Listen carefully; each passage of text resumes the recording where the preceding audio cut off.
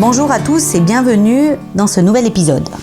Alors on est en pleine période estivale, du coup on va parler de soleil, été, médecine chinoise et bien sûr quelques conseils pour vos cheveux. Bienvenue dans ce podcast Séverine, coiffeuse énergétique. Ici on parle de cheveux, mais pas seulement. On parle d'énergie, d'émotions, de ce que le cheveu et le corps racontent quand on prend enfin le temps de les écouter. Je suis Séverine, coiffeuse énergéticienne à Montaix. Et dans ce podcast, je vous invite à découvrir la coupe énergétique. Une autre manière de prendre soin de vous. Prenez une parenthèse, un moment rien qu'à vous.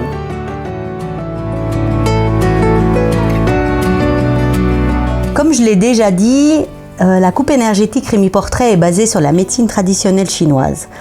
Alors tout d'abord, en médecine traditionnelle chinoise, l'été commence début mai et se prolonge jusqu'à fin juillet. Avec le solstice d'été qui se trouve le 21-22 juin. C'est-à-dire que c'est le yang qui est à son apogée. Cette saison, elle va correspondre à l'élément feu.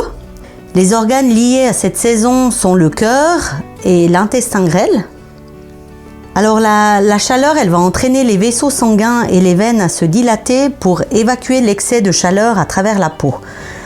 L'été, le corps et le cuir chevelu va transpirer plus, on va plus facilement avoir des rougeurs sur le cuir chevelu et il sera plus sensible. La coupe énergétique, elle peut accompagner cet excès de chaleur en aidant à réguler et apaiser le cuir chevelu. L'objectif est de calmer le feu de la belle saison tout en maintenant le mouvement naturel et la vitalité du cheveu.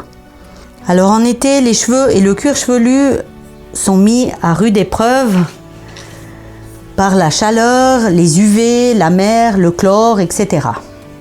Le cuir chevelu, il a tendance à s'irriter et peut se fatiguer car la chaleur et la sudation augmentent, ce qui peut attaquer la fibre capillaire.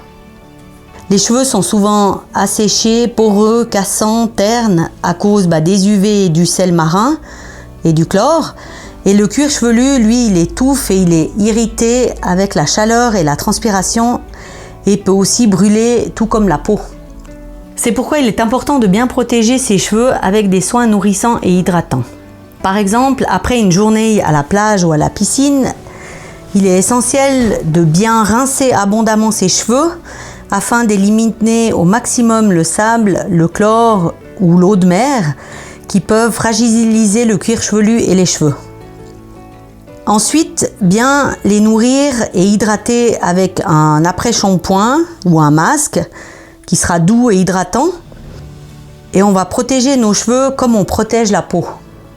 Alors pour conclure, l'été peut mettre le cheveu à rude épreuve. La coupe énergétique, elle vient accompagner cette énergie pour aider le cuir chevelu et les cheveux à garder son équilibre, sa vitalité, sa brillance, sa tenue et sa légèreté. Alors si vous avez des questions ou besoin d'autres conseils personnalisés, n'hésitez pas à me contacter ou prendre rendez-vous. Vous trouvez tous les liens pour me joindre dans la description de cet épisode. Alors à la semaine prochaine!